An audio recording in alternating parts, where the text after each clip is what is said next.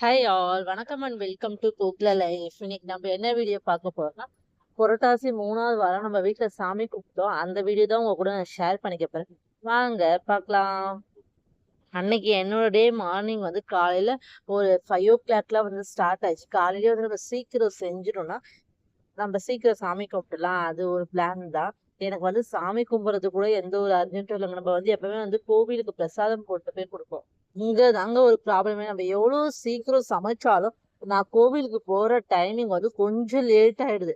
ரொம்ப அரிபரியா ஓடுற மாதிரி இருக்கு. அதனால சரி இந்த வாட்டி கொஞ்சம் சீக்கிரம் செஞ்சிடலாம் அப்படி சொல்லிட்டு இந்த வாட்டியும் வேகமா தான் ஆரம்பிச்சேன்.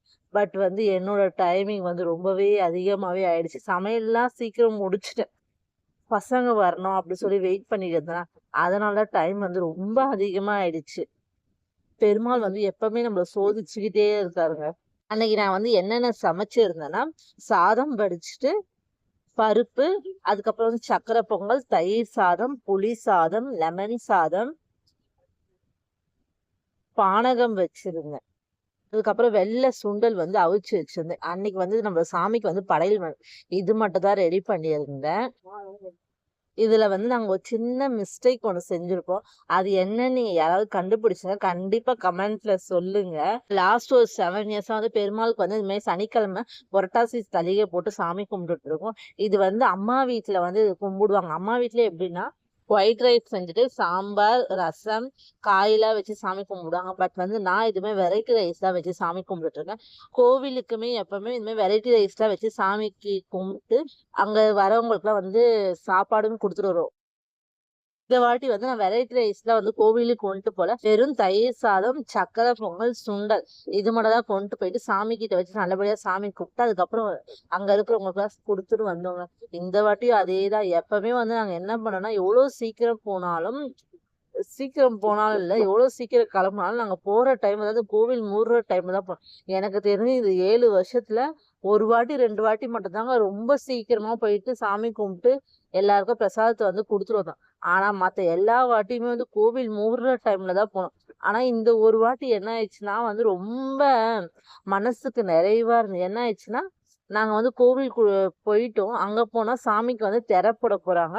ஐயர் எல்லாமே வந்து கிளம்பிட்டாங்க. வெளிய இருக்க வாட்ச்மேன் தாத்தா வந்து உள்ள அனுப்பவே இல்ல. டைம் ஆயிடுச்சு நீங்க கிளம்புங்க. நாங்க உள்ள அனுப்ப மாட்டோம் அப்படின்ட்டாங்க.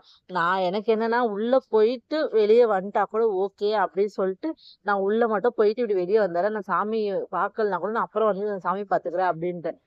அந்த தாத்தா அனுப்பவே முடியாதும்மா நீ கிளம்புமா அப்படின்ட்டாரு.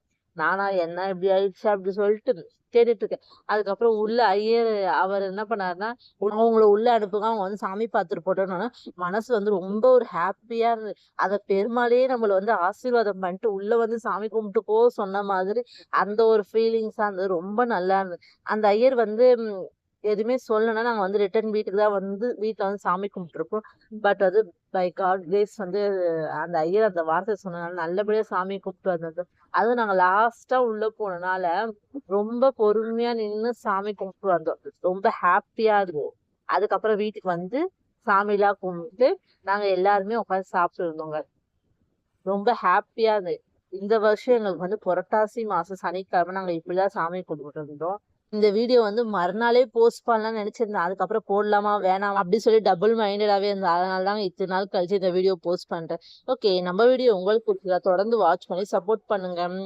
சப்ஸ்கிரைப் பண்ணாதவங்க நம்ம சேனல் சப்ஸ்கிரைப் பண்ணி பாருங்க. அப்பதான் போடுற ஒரு ஒரு வீடியோ உங்களுக்கு நோட்டிபிகேஷன் வந்துட்டே இருக்கும்.